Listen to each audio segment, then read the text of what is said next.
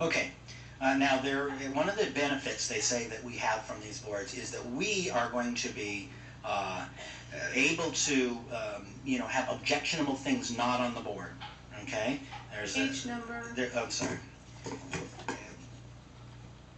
There's two sections, and let me see. I didn't cross tab it. I apologize. I can find the section. It's in the amendments, the addendums. Maybe if staff finds that first, you can. The lease exhibit is page 133. This is for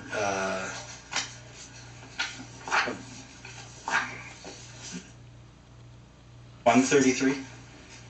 For the lease exhibit, if that's what you're referring to. Yeah, I'm referring to the language. There it is. Yes, thank you very much, Mr. Attorney. Exhibit E 133. And one of the things that it says is that it is going to be, we're going to be able to control commercial advertising that is false, misleading, deceptive, sale of tobacco products or medical marijuana, and other things in adult entertainment or sex-oriented material or merchandise, and also anything that contains any political advertising. Okay? So the first question, I guess, with regard to this is, are we able to actually, don't we run into free speech issues, constitutional issues with restricting political advertising on those boards? These boards are non-public forums for purposes of First Amendment analysis. They're not being opened up as a traditional public forum like a city council chamber or a public park.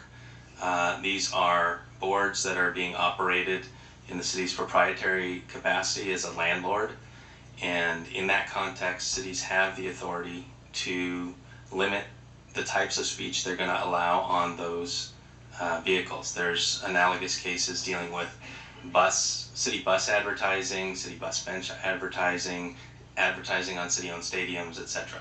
When the city's acting in a proprietary capacity as essentially a landlord, then they have the ability to regulate the content like a landlord would. So you feel that we have the ability to limit free speech? To limit the content of the billboards. Okay. In terms of subjects that are going to be. So if you want, in terms of free speech, you have to pay to be on these boards. So. Well, it's not really free in that regard, but the point is then one of the things that we are required to do is if somebody disagrees with us, okay, yeah. And they say, medical marijuana is legal in California, and we have a pretty big industry now and getting bigger all the time, and we want to put it on your board, and they sue us. We have to pay to defend it, right? Yes, we are indemnifying for First Amendment challenges to limitations on the content on the boards. Okay. I just wanted to be clear about that. It's a possible large cost here, which we didn't have any possible large cost when we weren't going into the billboard business.